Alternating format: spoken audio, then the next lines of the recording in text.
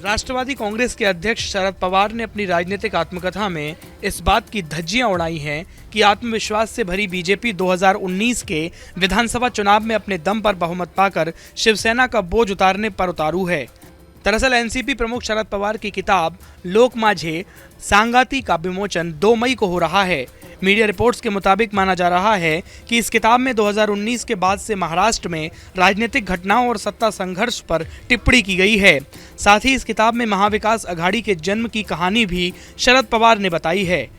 पवार ने अपनी किताब में जिक्र किया है कि शुरुआत में महाराष्ट्र विधानसभा चुनावों में शिवसेना 171 और बीजेपी 117 पर चुनाव लड़ती थी, लेकिन 2019 के बाद तस्वीर बदल गई।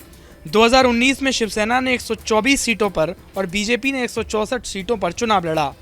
बीजेपी खुद के बल बहुमत पाने और शिवसेना का बोझ उतार फेंकने के अति आत्मविश्वास से लबरेज थी।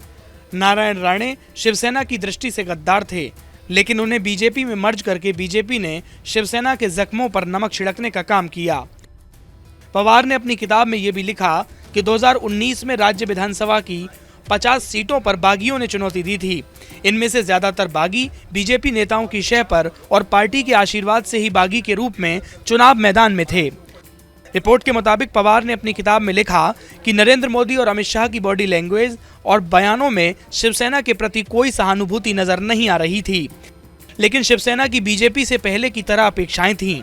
बीजेपी का साधारण राजनीतिक गणित ये था कि शहरी क्षेत्रों में शिवसेना की ताकत को खत्म किए बिना राज्य में उसका वर्चस्व स्थापित नहीं हो पाएगा, और शिवसेना के नेतृत्व और उसके नेताओं को ये आभास हो चला था कि बीजेपी उसका अस्तित्व ही खत्म करने पर उतारू है। इसीलिए उनके भीतर गुस्सा था, लेकिन दोनों सत्ता में एक साथ थे, इसीलिए उनके गुस्से का विस्फोट नहीं हुआ, लेकिन भीतर ही भीतर आग सुलग रही थी।